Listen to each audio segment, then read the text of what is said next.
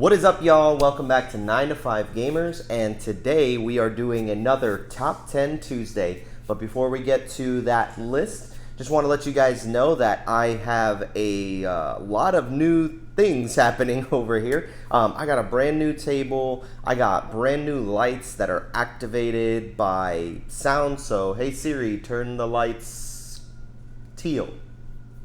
Okay, which room? Game shelf, game table. Hey Siri, turn all the lights teal. So, I'm going to be uploading actually a video of my setup and everything that, as far as how my recording studio, and I use the term studio loosely, is all set up. I'm going to be putting that up as a members video, so if you are going to be a member, you can join and become a member. We have options that are pretty low in price, so that way you guys can see some behind the scenes footage, get some exclusive videos, and other things that are really, really cool. And so go ahead and check out our YouTube memberships, and don't forget the super chats and all those things. I really appreciate your support in any way that you can. And another way that you can support is just by checking out the Patreon. Got a lot of options there as well. And also, if you are here today and you just want to support with your like, comment, and subscribe, go ahead and do that. But let's get into this list. So I'm excited for this list because you guys voted on my top 100 games. Now, obviously, I'm not going to do this all in one video. Nobody would ever watch that video, and everybody would just skip past to the top 10, and that would be it. But I really wanted to remake this because by far one of my most popular videos on my channel was the first video I did. It hit 9,000, close to 10,000. If you guys haven't seen that, I'll put a card so you can check out my top 10. This was actually filmed at the beginning of this year, but I've played a lot of games since then, and honestly, there have been some games that were so good that I'm like, this definitely, I know for sure, has infiltrated my top 10. But a lot of games have shifted over the past couple of months and years, and there was a lot of games shifting in my top. I used to make top 10s regardless if I was doing the channel or not, but now we are going to do the top 100, and I'm excited to show you guys my top 100 games of all time. And if you like this list, go ahead and give me a thumbs up in the comments. Also, tell me what are some of your favorite games to play and why.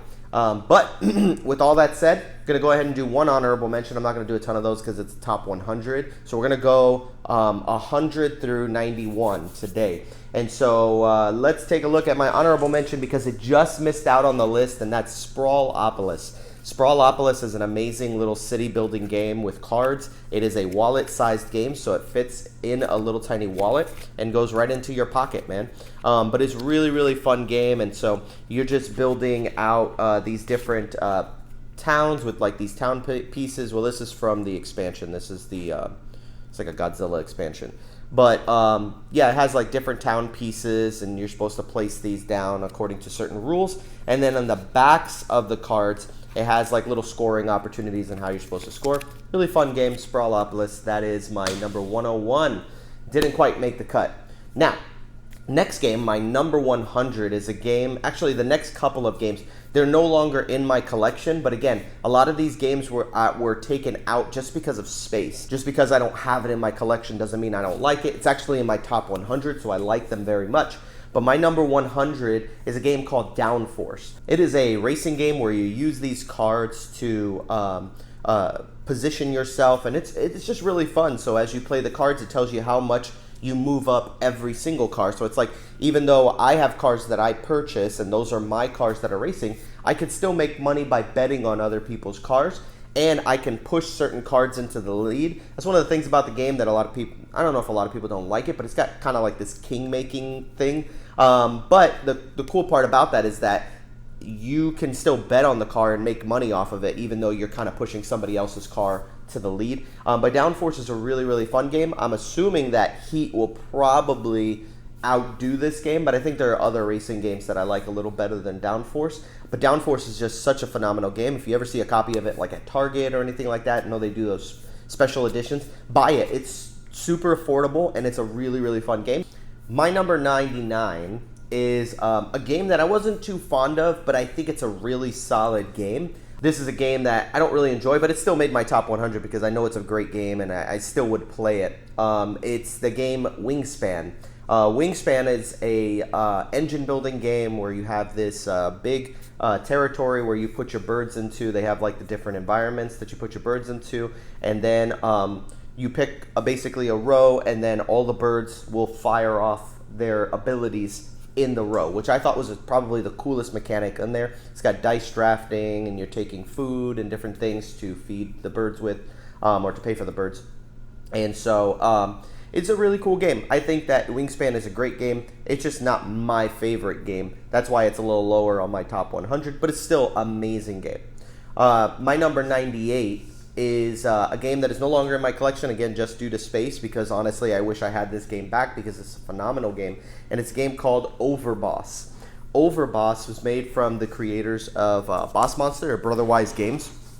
It is a tile-laying game, which I honestly enjoy more than Cascadia, and if I'm not mistaken, I don't think Cascadia made, give me a second.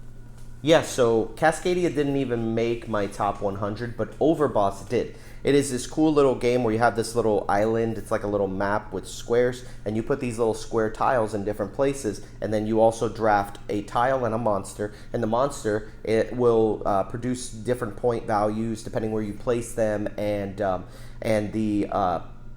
cool thing is that the tiles have certain scoring conditions that you can meet in order to make them worth more points. So it's like the more forest spaces, swamps give more points, the more swamps they're adjacent to. And then, so it's like, it's a really cool game because I like to focus on more so the tiles and not necessarily how many of the animals and things that fit in there. I thought it was a really cool game. Very simple, very fast and easy and quick to play. You've got Boss Monster powers that you can use, which are really, really cool. I really like Boss Monster, and I think I want to find a copy of it again one day. Just not right now at this moment, but it's a really, really fun game.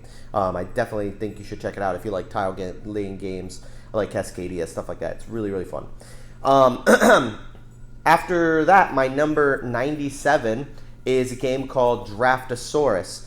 Draftosaurus is an amazing game where you just get this little Jurassic Park map thing, and has different pens for you to put dinosaurs in. You're going to get a handful of dinosaurs, and then you're going to draft a dinosaur each turn, put it into your park, and then you're going to hand the pile of dinosaur meeples off to the next person, and then you get a brand new set of them. And then after that, somebody rolls a dice, and that dice is going to dictate which kind of pens you can put them in.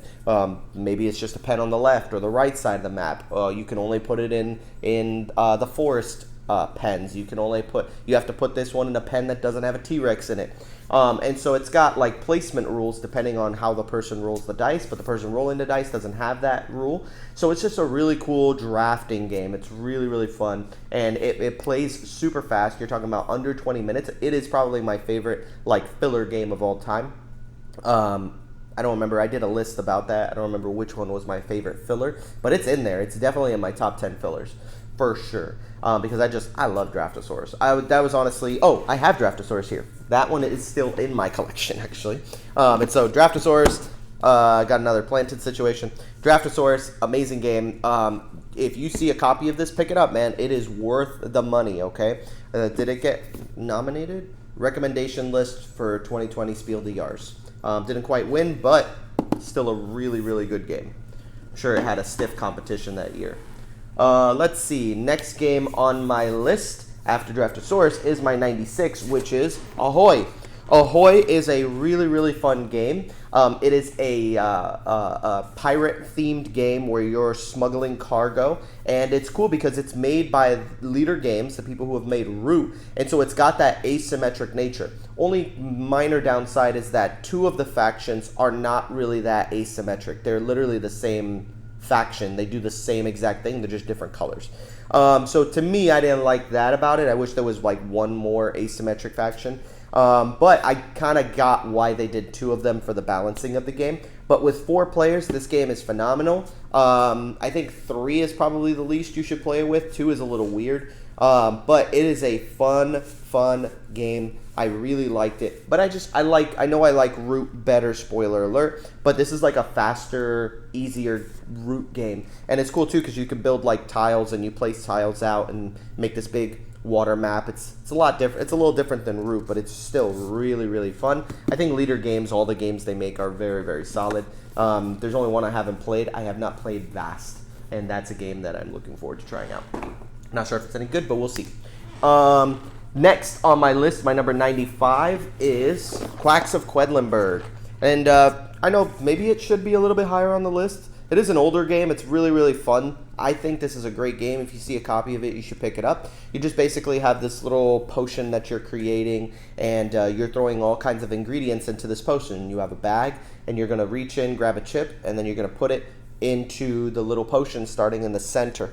And then you're going to work your way around the potion. The further out you get on that swirl, the more points you're going to take in to buy ingredients. And the whole point of the game is to just move up that point track. You get more points the higher up you go. And so you want to buy chips that are going to move you forward, but there are other chips that will basically, you have these white chips that are in your bag all the time, and if you pull out seven points worth of those chips, then you're done. If you go over 7, your potion explodes, and then you lose out on some bonuses and stuff like that. So you have to. It's like a push your luck game. It's really fun. If you've never played Quacks in Quedlinburg, I don't know where you've been. This game is amazing. That is my number 95. My number 94, another game by Leader Games, and that is Fort. It is a deck builder where you are collecting toys and pizza, your little kids, and you're drafting like friends into your backyard and to build forts and stuff. It's just really fun, man. But the whole point of the game is to just, it's just a deck builder. And it's really cool though, because like you have like this little, I don't even know what you would call that, this little thing that sits in front of you, a tableau. I know it's not a tableau, it's something.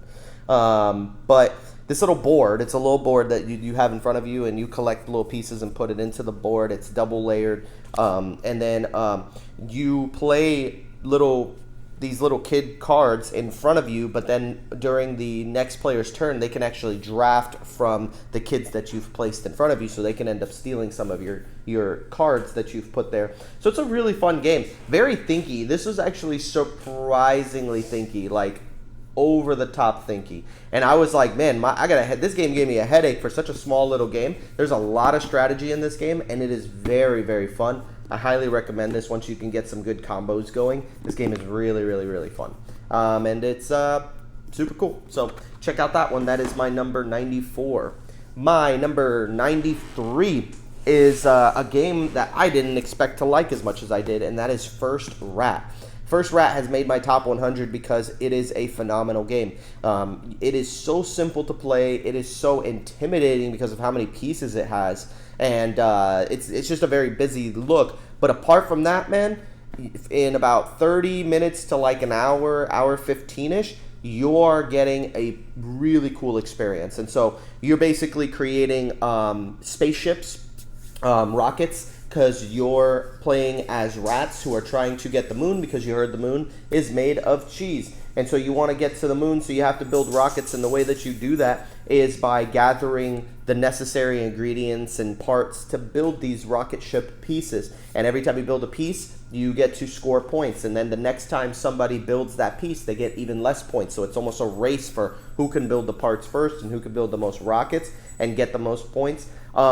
And one of the cool mechanisms in the game is that when you move, you start off with 2 rats. You can build up to 3 or 4 rats in the game. And when you move your rats, you can move one of your rats up to like 5 spaces, I think.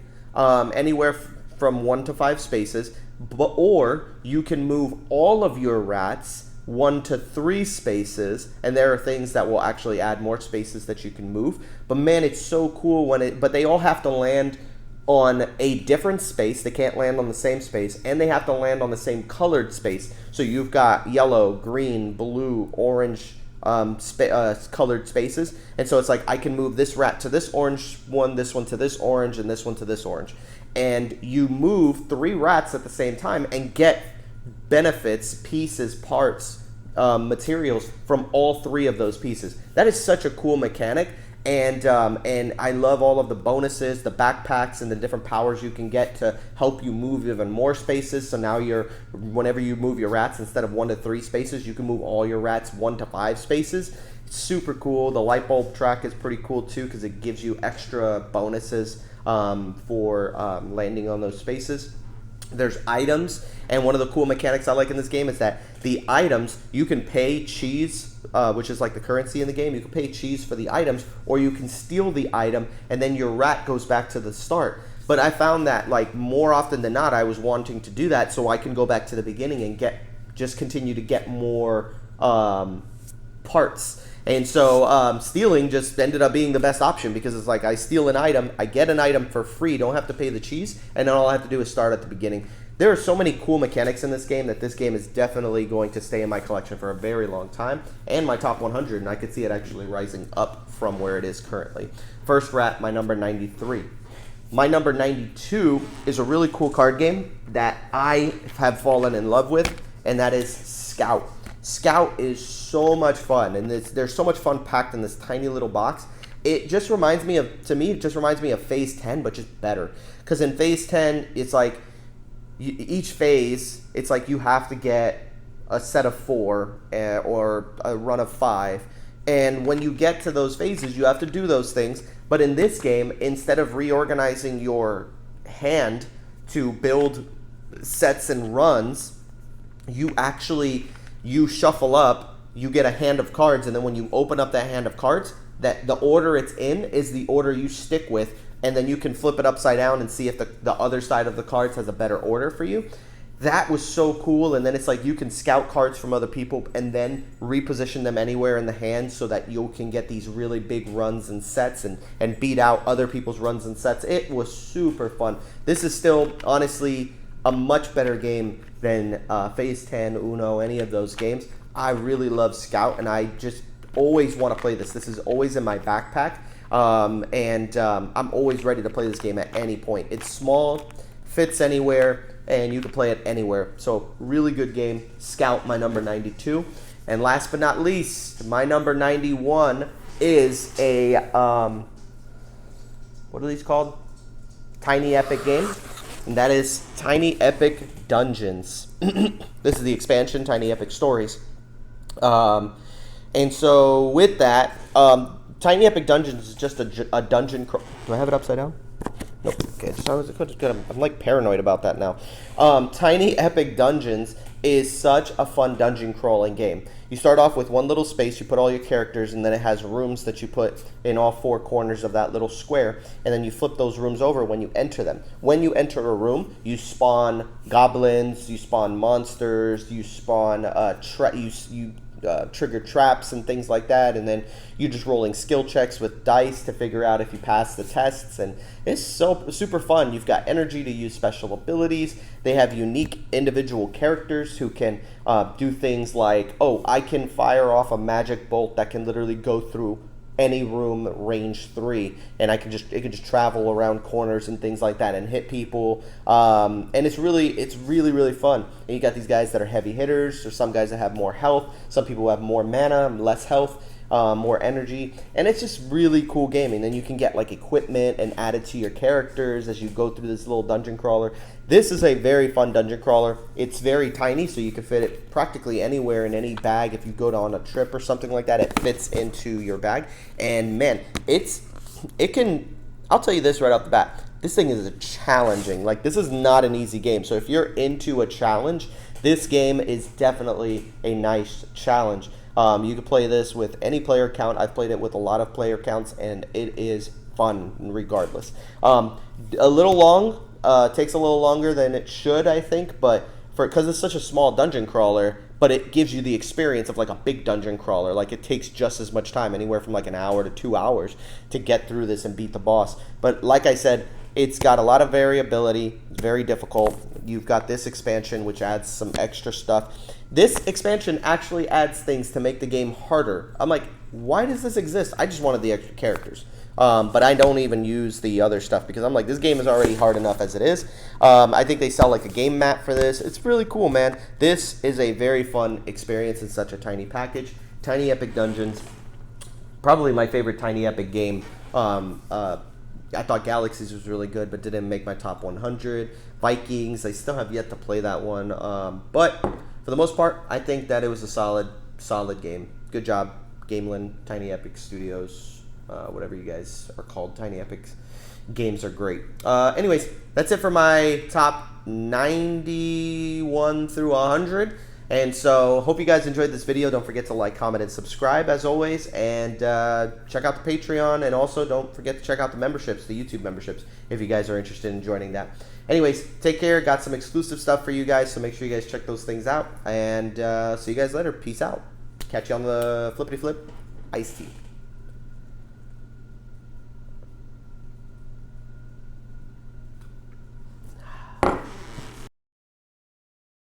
Siri, turn the lights salmon.